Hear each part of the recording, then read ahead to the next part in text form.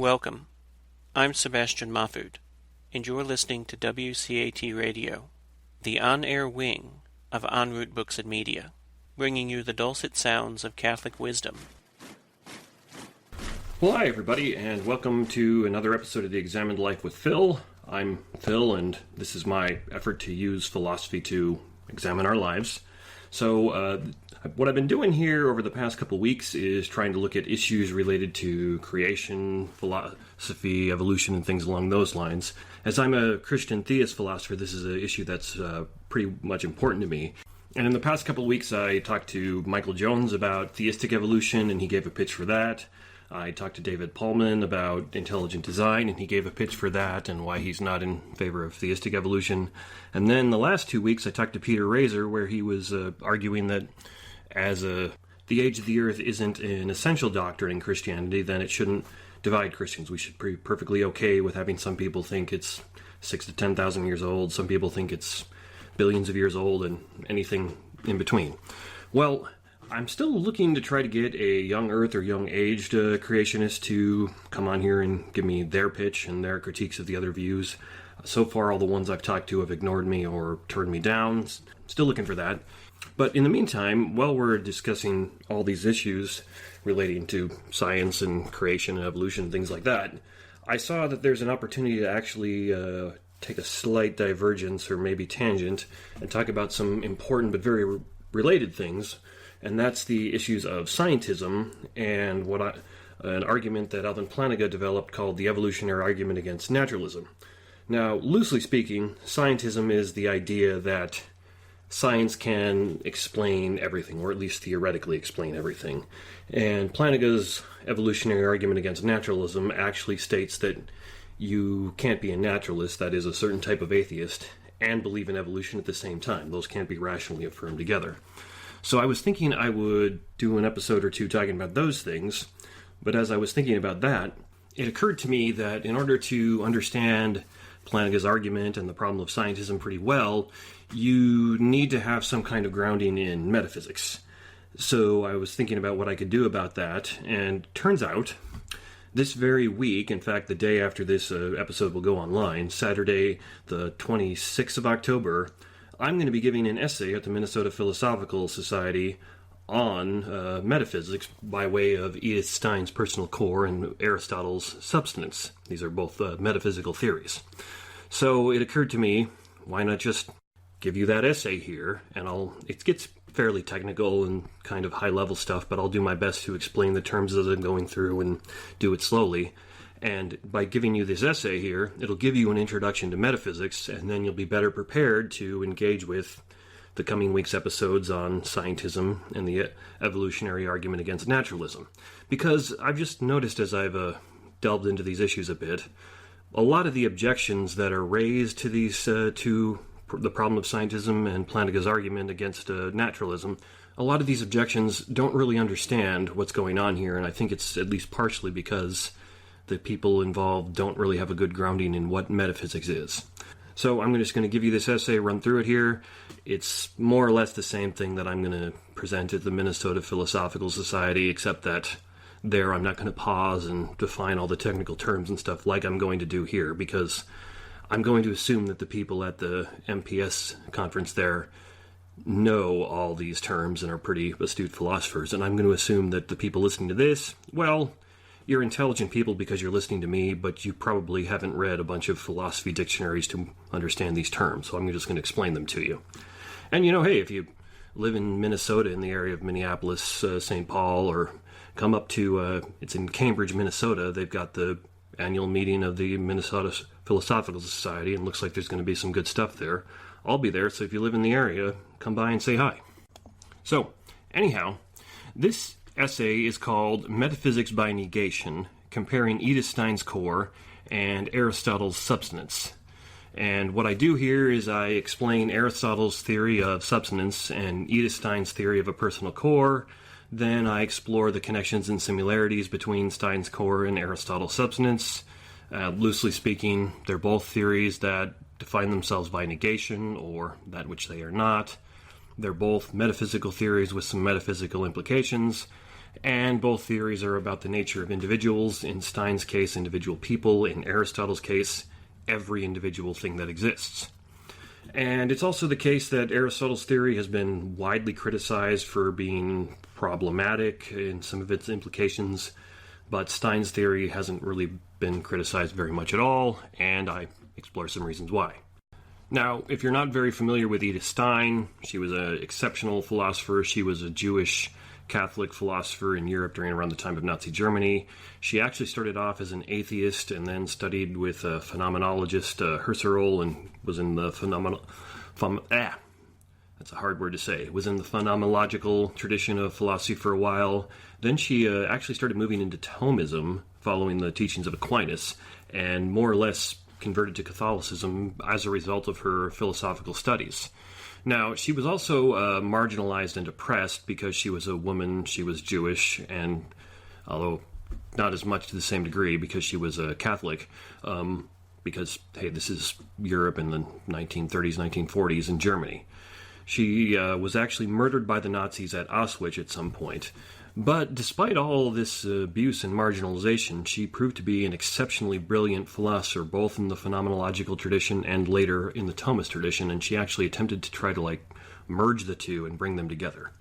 I think her, and I would argue her thinking has parallels to classical giants like Aristotle and Aquinas, and she's by far the most readable, sensible, and understandable of all the phenomenologists. She's very much worth your time to read. I mean, even if you're not very well versed in philosophy, you can pick up one of her books and pretty much understand what's going on. You're not going to catch all the nuances. You're not going to, be able to see and dissect her arguments if you're not well read in that tradition, but you're still going to be able to say, oh yeah, she's trying to say this.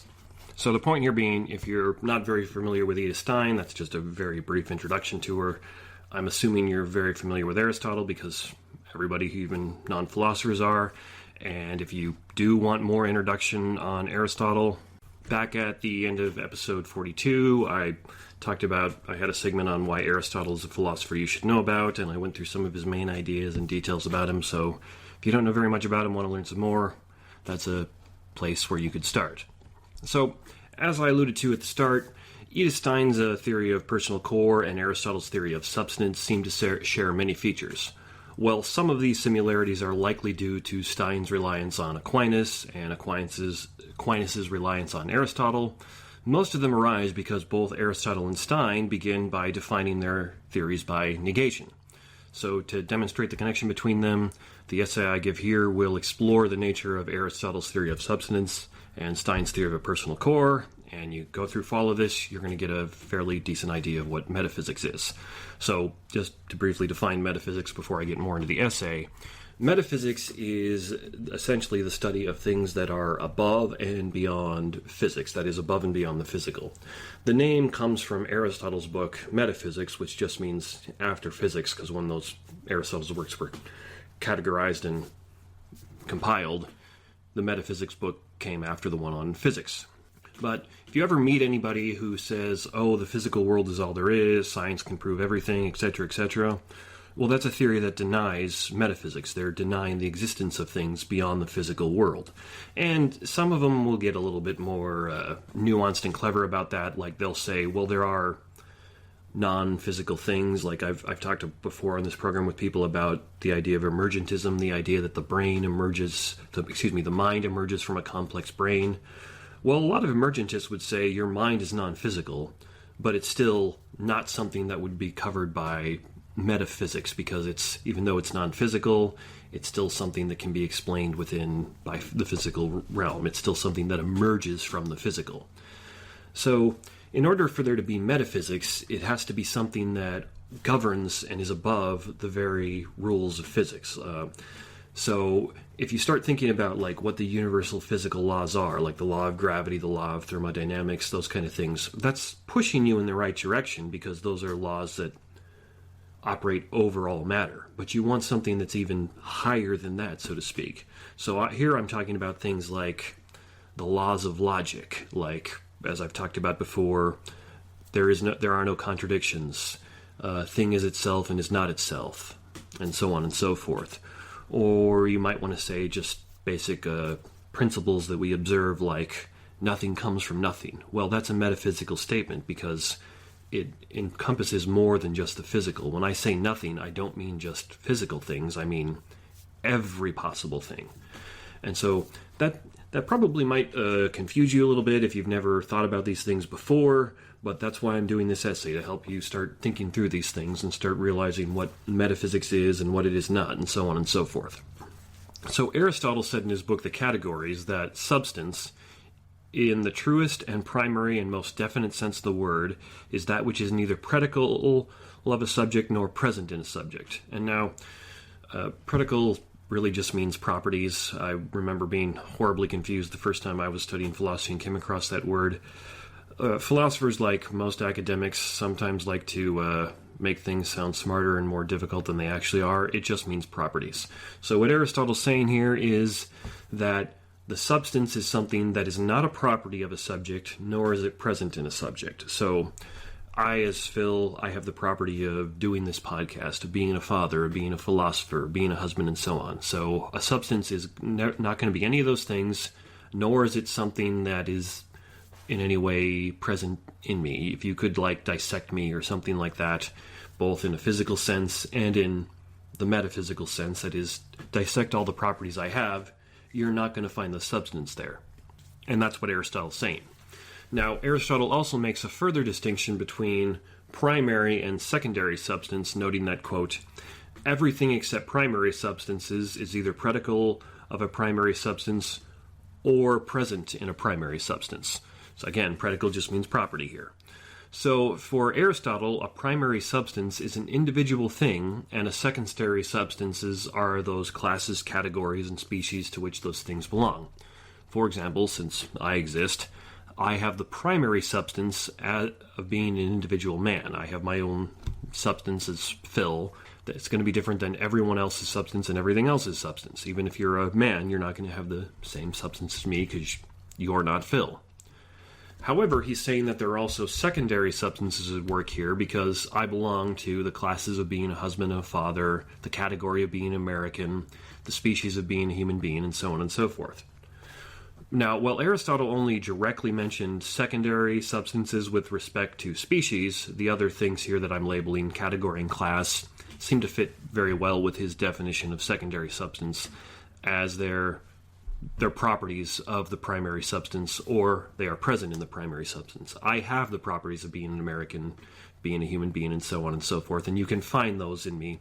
Not if you physically dissect me, but if you just look at who and what I am, you're going to figure out, oh, he's an American, he's a human being, he's a husband, he's a father, and so on and so forth. And so what he's doing here is talking about how we categorize things, and saying, if you can categorize it in these ways, then it's not substance. It's not what Aristotle calls substance. Now, because Aristotle's substance is not present in a subject, nor is it a property of a subject, it's extraordinarily difficult to actually define substance.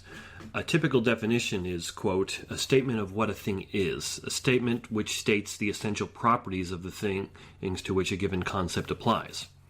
However, Aristotle's definition is defining a subject not by what it is, but by what it is not. He's saying, if we eliminate everything that's present in a subject, take away all its properties, then whatever is left, that's going to be the substance.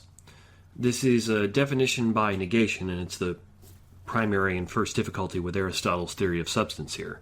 Now, definition by negation is a valid way of reasoning. You see people doing that in, say, crime all the time. Some cops might say, well, we know one of these three people committed the crime, so we've eliminated these two, therefore it has to be this one. That's definition by negation. It's reasoning by negation. It's perfectly valid, but the problem is this will make the conclusion into something kind of abstract or a working theory that's only known by, quote, that which it is not.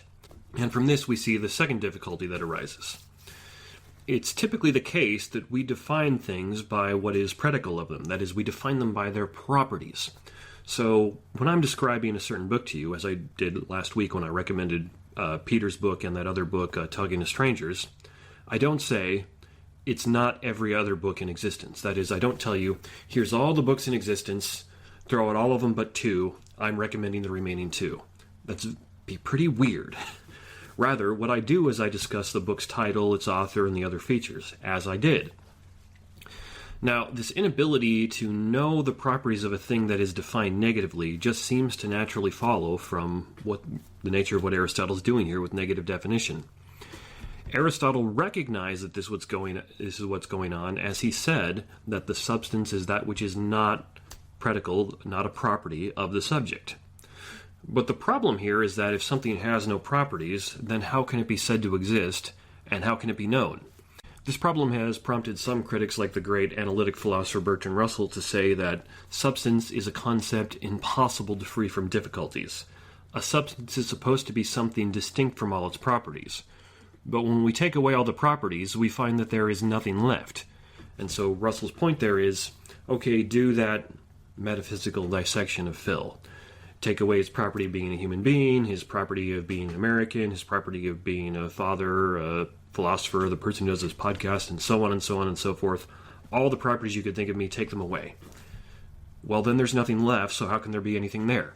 And this is a very common, and I'd say in many senses, very reasonable objection to Aristotle's theory of substance. How can there be something if there is no properties? Well, before answering this question, I think we need to make a distinction here between substance and essence.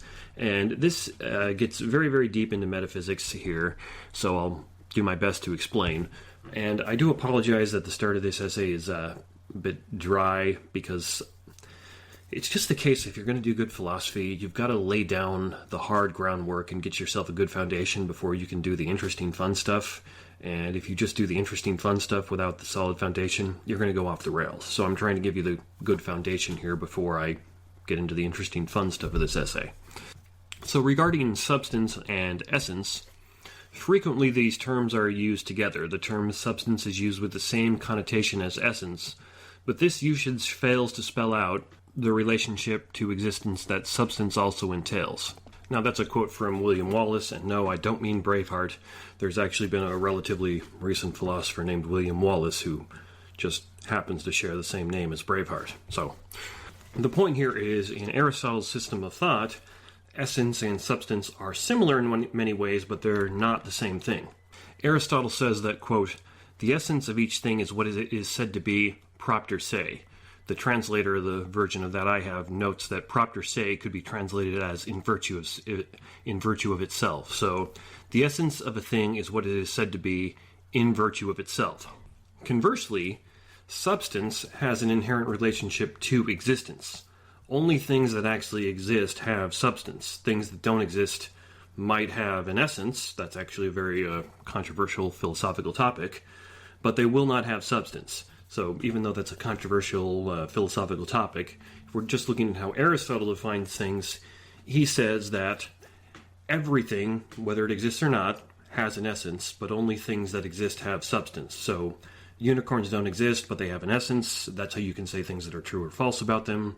I recall back when Ben Arbour and I were talking about the ontological argument, he made the statement that, if I'm remembering correctly, Darth Vader has an essence. That's how we can say things that are true about him, even though he doesn't exist. Now, as I said, that's controversial in philosophy, but if you're looking to Aristotle's thought, that's what he claimed. So only things that exist have substance. Things that don't exist have an essence, but not a substance. Now, as, quote, "essence precedes existence," everything has essence, but not everything has substance. So, well, imagine things like, say, Bertrand Russell's Gold Mountain will have an essence. It does not have substance. But actually existing things like myself and my dog will have both essence and substance. So the point here is there's a lot of overlap between essence and substance in Aristotelian philosophy, but they're not exactly the same thing, and we need to be careful and avoid mixing them up because that leads to philosophical errors. And that's getting into metaphysics here, so I hope you're following that. So, getting back to Russell's charge that Aristotle's definition of substance amounts to nothing, it's important that we keep 2 points in mind. First, the works that we have of Aristotle were not intended for popular publication. Rather, they were written works which circulated among the members of Aristotle's school. The point here is that the works of Aristotle we have that survive are not completed works, but something more like lecture notes. And again, I talked about that when I said Aristotle's one of the philosophers you should know about, back in episode 42. So I think it's reasonable to suppose here that if Aristotle had been trying to convince the uninitiated of his theory of substance, he would have argued for it in a much more detailed and complete manner, and probably would have used analogies and examples to help us understand, like any decent teacher would. The second point here is that Aristotle made a distinction between practical and theoretical knowledge, and he placed philosophy in the latter. He said, quote, "It is right also that philosophy should be called knowledge of the truth. For the end of theoretical knowledge is truth, while that of practical knowledge is action." So what these points are demonstrating here is that Aristotle's theory of substance is a metaphysical theory, and it isn't reasonable because of the form we get it in to criticize it for being not clear. Expecting notes to be as clear and precise as a finished work is unreasonable. But much more importantly, Aristotle's notion of substance, his theory here, it's a metaphysical theory as he postulates it to explain problems like how motion and change can happen. Now, if you're not doing philosophy, you're going to think, well, how is it a problem that motion and change can happen? But if you're doing philosophy, you're immediately going to remember, yeah, that's a problem that many people haven't figured out. So to help explain here, your body is completely different than it was 8 years ago. It's pretty much been proven, medically speaking, that all the material in your body, all the matter, changes over the course of 7 years because you have cells dying and leaving your body and you're eating new food, producing new cells, and so on and so forth.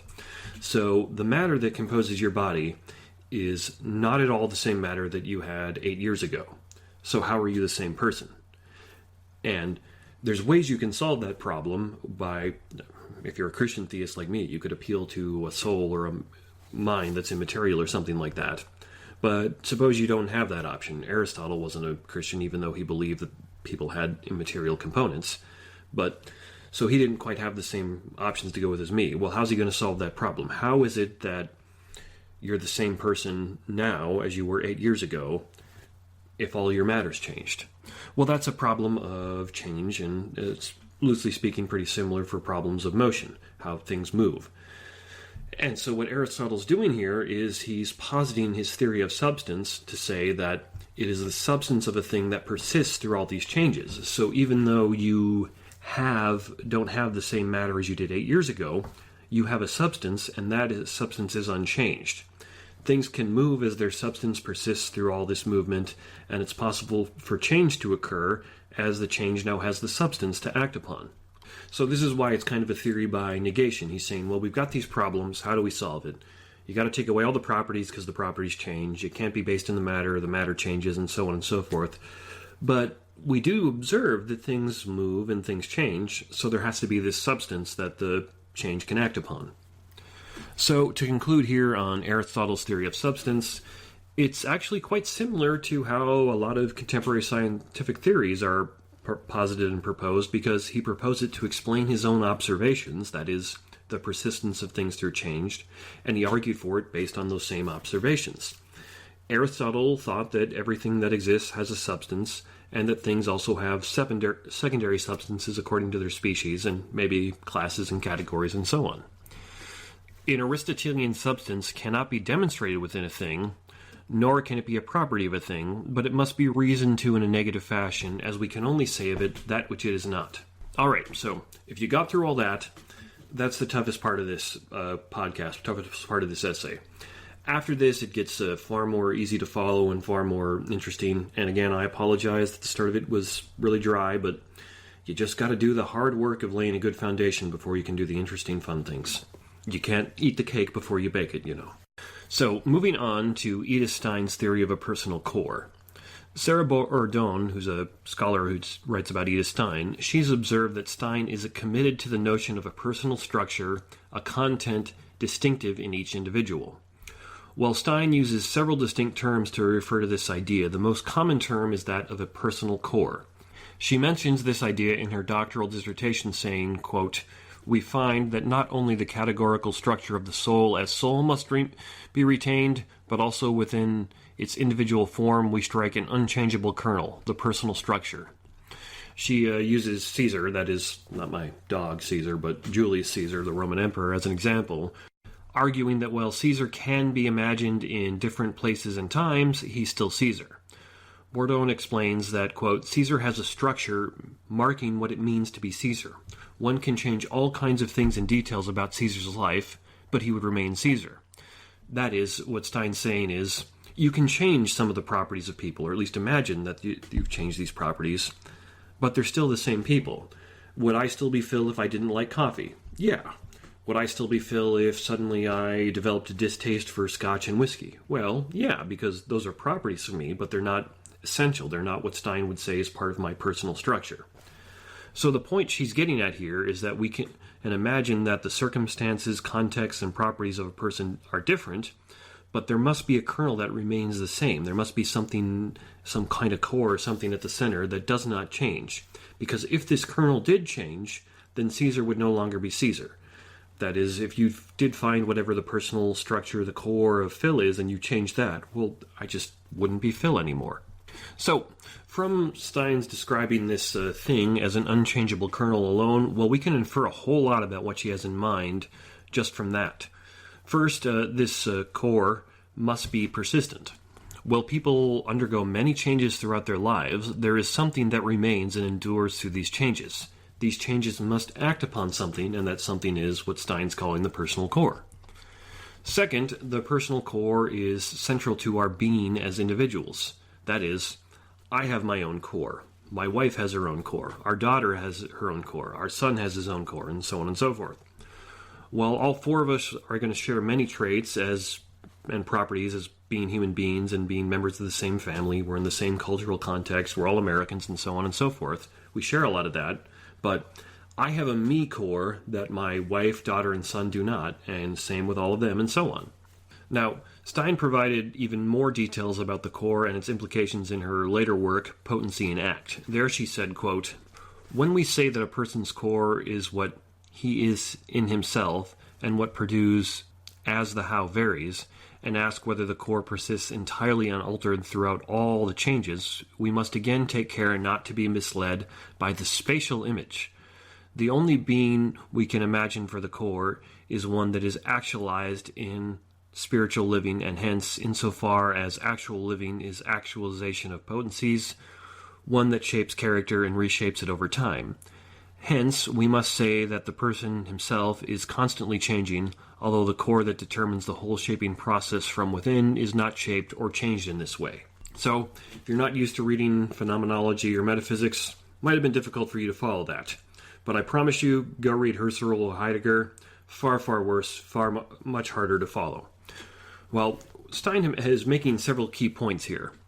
First, she's confirming what was only implied by her earlier use of the term unchangeable kernel.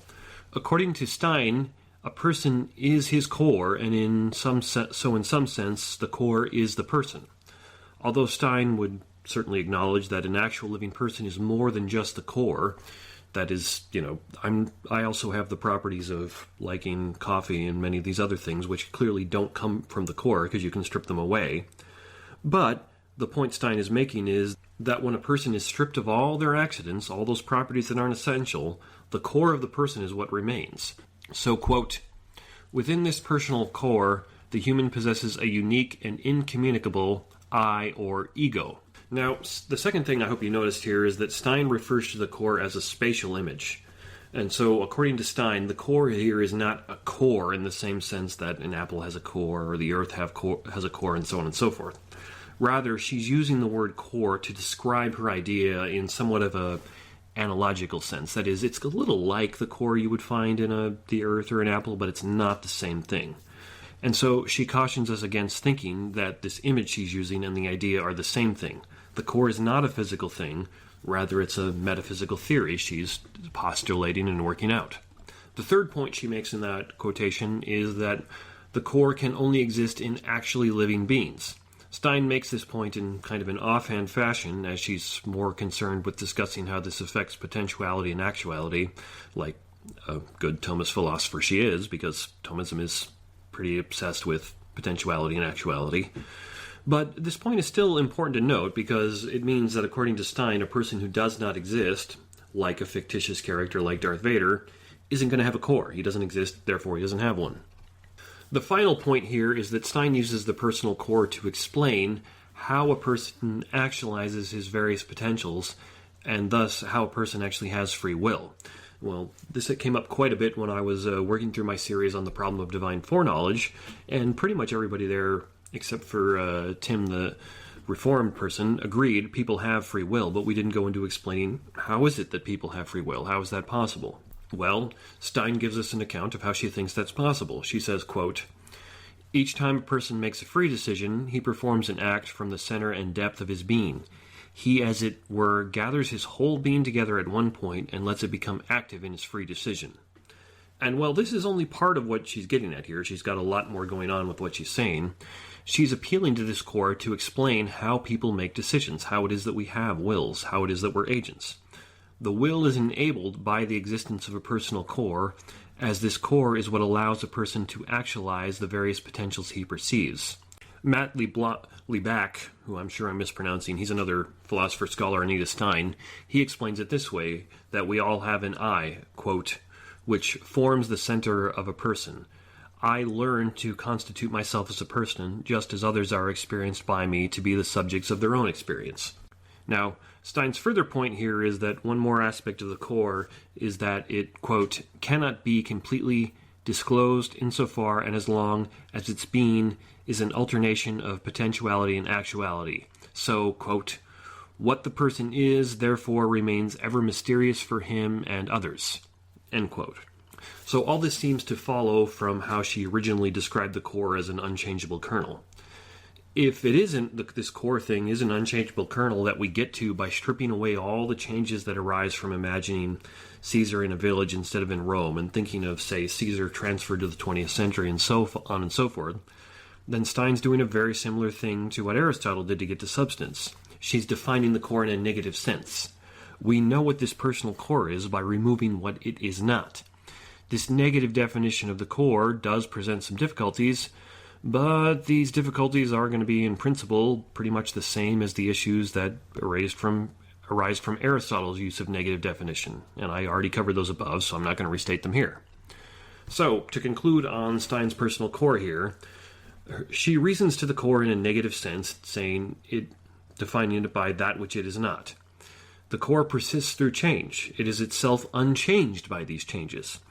Each person has his or her own unique core, and, according to Stein, that's what makes this person him or herself.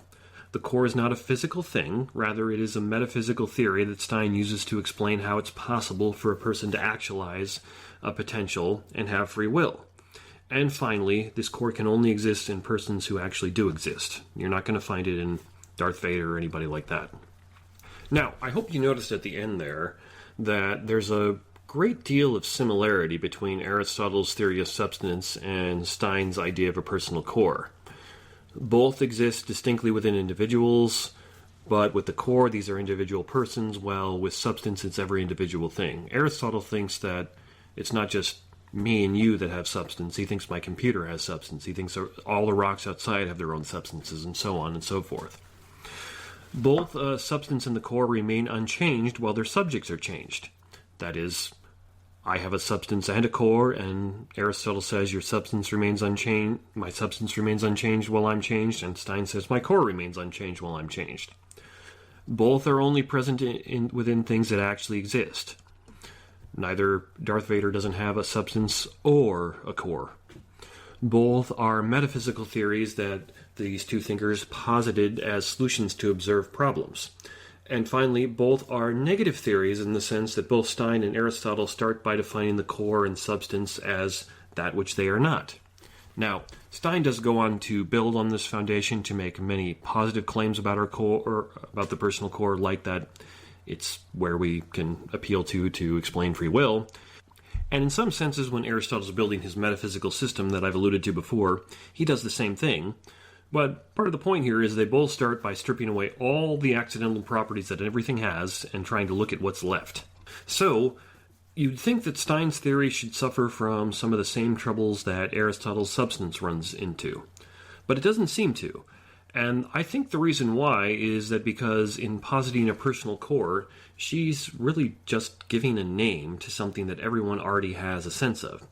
By virtue of being a self-aware human being, you're at least reasonably familiar with yourself. I hope as in listening to my podcast, I call it the Examined Life because I want you to get more familiar with yourself and your own life. So I hope you're more familiar with yourself as a result of listening to this, and if you're not, I'm doing something wrong. But anyhow, the point is, you're familiar with yourself. Well, I also have a sense of my own self, just as you have a sense of your own self, and provided that we're sane people, we're both quite convinced that whatever self Phil has, that's distinct from yourself, and your self is distinct from mine, and so on and so forth. So I think it's fair to say that, well, we have a hard time imagining what the substance of a rock could be, as it does seem to be the case that there's nothing left when you take away all the properties of something. Take away all the properties of a rock, and what's left? Well, kind of hard to say what's there. But at the same time, we are equally aware that if all the properties, that is, at least the non-essential properties, of ourselves were stripped away, intuitively it seems like something would remain. And well, some philosophers such as David Hume have doubted this. It just intuitively does seem right. That's the way most people think about it. Hume doubted the existence of a self, and he actually believed in something like a bundle theory, where he thought we were just a collection of our various emotions, thoughts, and memories, and so on, and there was no self, which is clearly self-refuting, because if Hume doesn't have a self, then who's doing the doubting? And that's the problem with virtually all of these philosophical theories that would deny the existence of the self or something like that. They turn back on themselves and make it so that the proponent can't rationally affirm it. Because if there is no self, who's there to affirm that there is no self? I hope you can see the problem there. So, well, as everybody who listens to the podcast knows, I really love a good cup of coffee, but it does seem that if you take that property away from me, I'm still going to be Phil. I love studying and doing philosophy, and that certainly seems like it's more essential to me being me than just loving coffee, but take that away from me and I'm still going to be Phil. And keep taking things away, and eventually you're going to arrive at the things that make Phil Phil. And this just seems to be how most people do perceive and think of themselves. And Stein has basically just given this notion a philosophical name in calling it a personal core.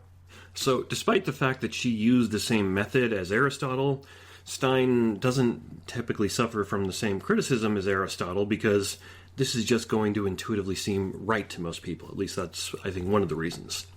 So, I very much doubt that any rock has a self, though, per Aristotle, it may have a substance. But I also very much doubt that there is any person who does not have the self or the core, and maybe also we have substances. Now, I'm going to get into some practical applications of Stein's theory of the personal core.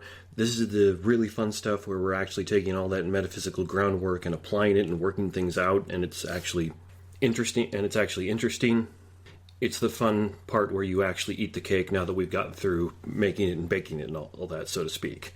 I won't actually be going through this part when I give this essay on Saturday at the MPS conference because time limitations and so on and so forth. And this one, I'll freely admit, I'm doing quite a bit more speculation here. It's not quite as grounded as the other stuff, but that's what comes when you're doing the fun stuff anyway. So, in a book he wrote on Edith Stein, the excellent philosopher Alistair MacIntyre observed that, quote, "What is important about philosophy is the way in which a life informed by the activities of philosophical inquiry will be significantly different from the life of someone in other respects like the philosopher, but untouched by philosophy. Essentially, did your philosophy make your life better or worse? And that's what's important." And well, to my knowledge, Stein never explicitly connected her theory of a personal core to her own life experiences.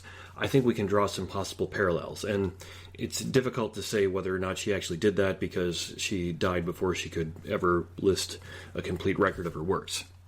So, Stein argues that we arrive at the core by stripping away inessential and non-necessary properties of a person.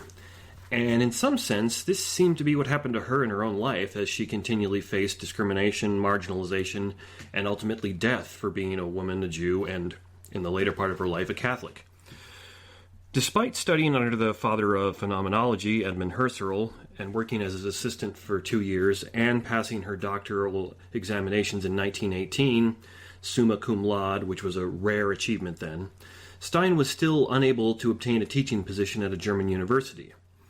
Her being female and of Jewish descent precluded this. Her applications were rejected at the universities of Göttingen and Kiel in 1919, and the universities of Breslau and Freiburg in 1931, though she had the initial support of Martin Honecker and Martin Heidegger. It seems Honecker and Heidegger, who was at the time starting to become a Nazi, developed a dislike of her combination of phenomenology and Thomism, and hopefully I pronounced all those words right. I did used to live in Germany, so I tend to do better with German words than other words. Husserl actually sent a recommendation letter for Stein to Göttingen that invited the university to reject her for being a woman, saying, quote, "If the career of university teaching were supposed to be open for ladies, then I would be the very first to recommend her warmly for admission." Further, while Stein was Husserl's assistant, she never received credit for her contributions to the published work bearing Husserl's name, and there's actually some cause to think that some of those things that bear Husserl's name might have been more Stein than him while she was his assistant. Now, despite all of this, it's really a sign of Stein's remarkable character that she did not allow this to change her attitude to Husserl at all.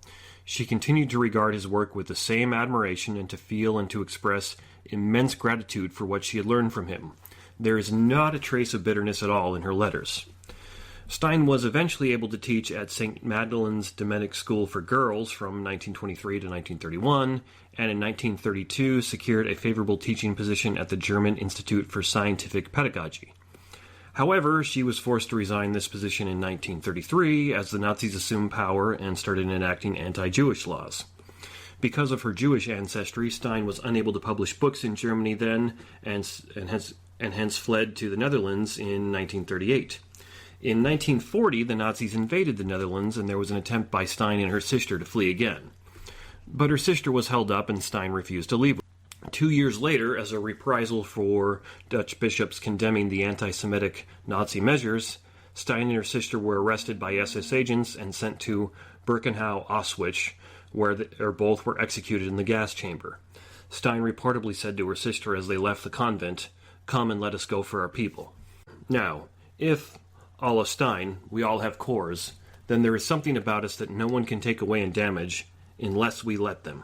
So we could say that Stein's core, the person she was, something like an exceptionally brilliant, virtuous, and empathetic philosopher who sought the good, it or she endured all these discriminations and setbacks.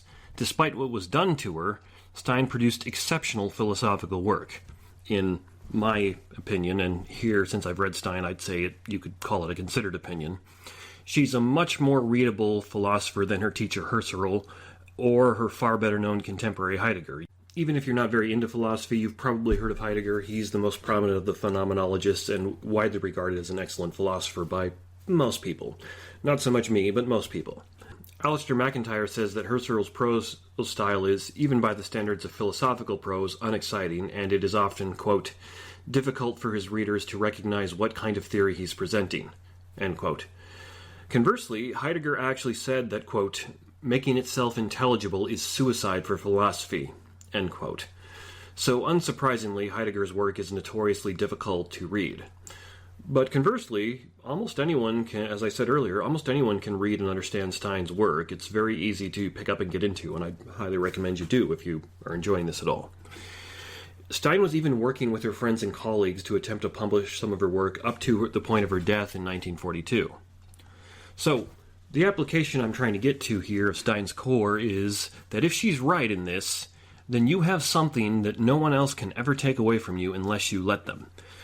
People tried to take things away from Stein her whole life, and yet she endured. Because she has that personal core that nobody could take away from her. Now this is similar to the father of philosophy, Socrates' answer to why bad things happen to good people. Socrates argued that as you are your soul, or to borrow Stein's terms, your core, and only you can harm your soul, then nothing bad ever really does happen to good people, because the only person who can hurt you is you.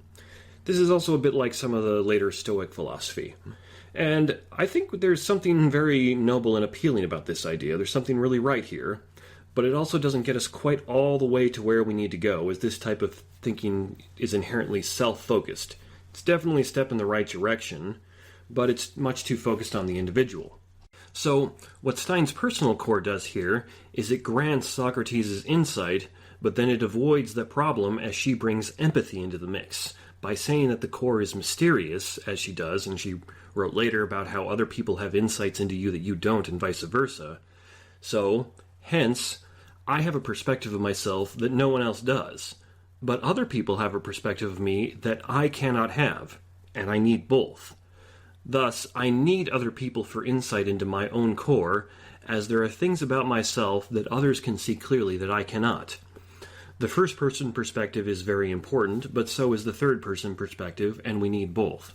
So, if you're a married person like I am, I used to think I was a pretty good person until I got married, and a couple of years of being married it made me realize immediately I wasn't nearly as good as I thought, because having an intimate partner like a wife, or if you're a woman, a husband, around, who's going to see your blind spots and point them out to you, that's necessary, that's needed.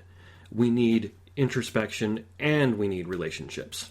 So to further illustrate this point, here's a story that a scholar named Thomas Smith tells in a book about being good, where he meets an old woman in a convalescent home. He says, and I'm just quoting his story here, "As I neared the end of this hallway, I saw an old woman strapped in a wheelchair. Her face was an absolute horror. The empty stare and white pupils of her eyes told me that she was blind. The large hearing aid over one ear told me that she was almost deaf. One side of her face was being eaten by cancer. There was a discolored and running sore covering part of one cheek, and it had pushed her nose to the side, dropped one eye, and distorted her jaw, so that what would have been the corner of her mouth was the bottom of her mouth. As a consequence, she drooled constantly.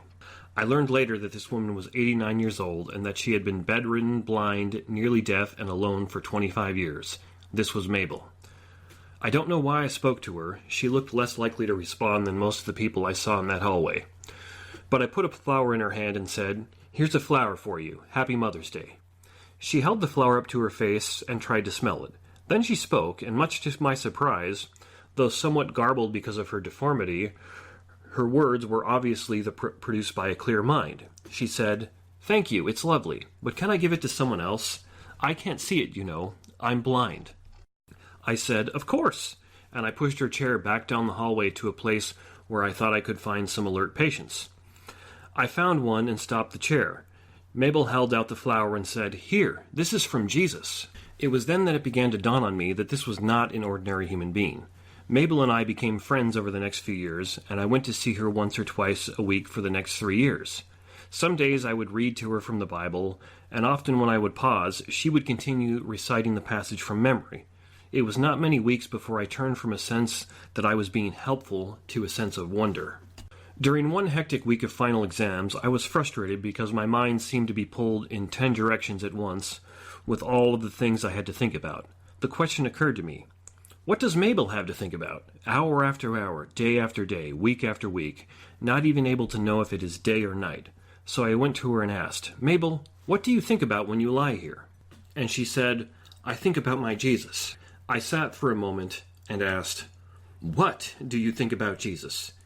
She replied slowly and deliberately, 'I think about how good he has been to me. He's been awfully good to me in my life, I'm one of those kind who's mostly satisfied.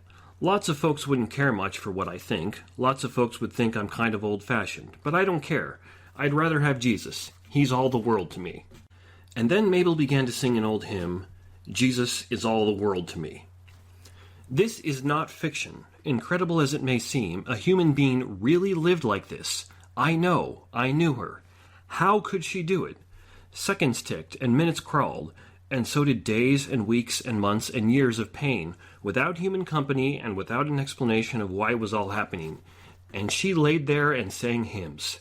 How could she do it? The answer, I think, is that Mabel had something that you and I don't have much of. She had power. Lying there in that bed, unable to move, unable to see, unable to hear, unable to talk to anyone, she had incredible power. Now that's the end of Thomas Schmidt's words, so now back to my own. When we typically think of someone like Mabel or Edith Stein at the end of her life, we tend to think of them having little or no power. So how does this work?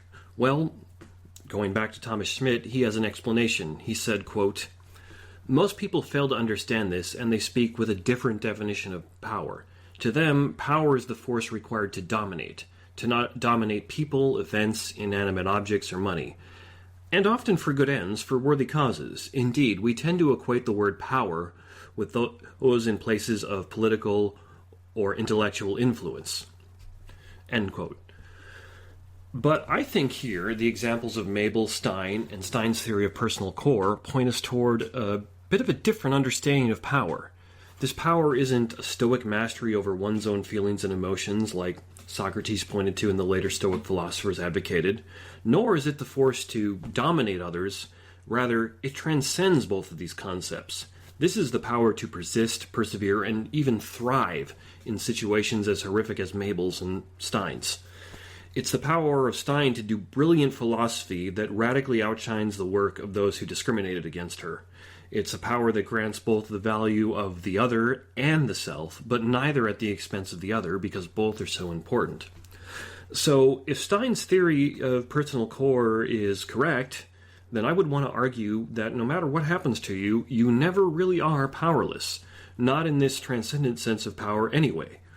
You always have your core, and as the lives of Stein and Mabel demonstrate, that's more power than you, I, or pretty much anyone else can ever know what to do with. And the reason why metaphysics is so cool, interesting, is when we do all that hard groundwork of talking about all this, we get all this good stuff just from a philosophical theory that's only giving a name to a common intuition about personhood. And that's why it's so much fun and so important to get into metaphysics. Okay, so that's the extent of the essay. As I said, I tried to explain things a little more in depth here, define things a bit more, and go on a few more tangents than I do when I'm presenting this at a professional conference, just because it's a more fun, and for those who aren't as steeped in all the philosophical terms, it should make it easier for you to follow. Tell me what you thought about it. What do you think about this as an introduction to metaphysics? Do you still have questions about metaphysics? Do you have questions about anything else I covered? Write in, let me know. You can always reach me for comment or criticism of any kind at the Examine Life with Phil, and I've started a Facebook group for the podcast called The Examine Life with Phil. Just do a search and you'll find it there. And the podcast is, as far as I know, up on all the major podcast sites like iTunes, Spotify, iHeartRadio, and so on and so forth. So if you enjoy the podcast, give me a like, review, or rating, or whatever's appropriate on there. It'll help get it out to more people. And if you really like it, just share it on social media of some kind to get it out to more people and help it grow. I'd certainly really appreciate that. So next week, I will be back building on what I gave you on metaphysics this week. I'm going to talk about the common problem of scientism that pervades a lot of Western thinking these days. So I'll talk to you again next week. Hi there, this is Christine Mooney Flynn, host of the Catholic Mama podcast, and I'd like to invite you to join me over on the Catholic Mama. To develop a Christian family and raise children who are, and who, God willing, will continue to be confident Catholics, requires us as parents to be confident in our faith as well. So each week, I dive into topics that help to make sense of the Catholic faith and how to live out that faith in our vocation as husbands and wives, moms and dads. So whether you need help in explaining aspects of Catholic doctrine like the real presence in the Eucharist, or if you're looking for practical ideas on how to live a more Catholic life, my goal is that you'll find the answers and guidance you're looking for over on my show, The Catholic Mama. I hope to see you there. We hope you enjoyed the program and will join us back for another show on WCAT Radio. This is Sebastian Mahfood. Good day.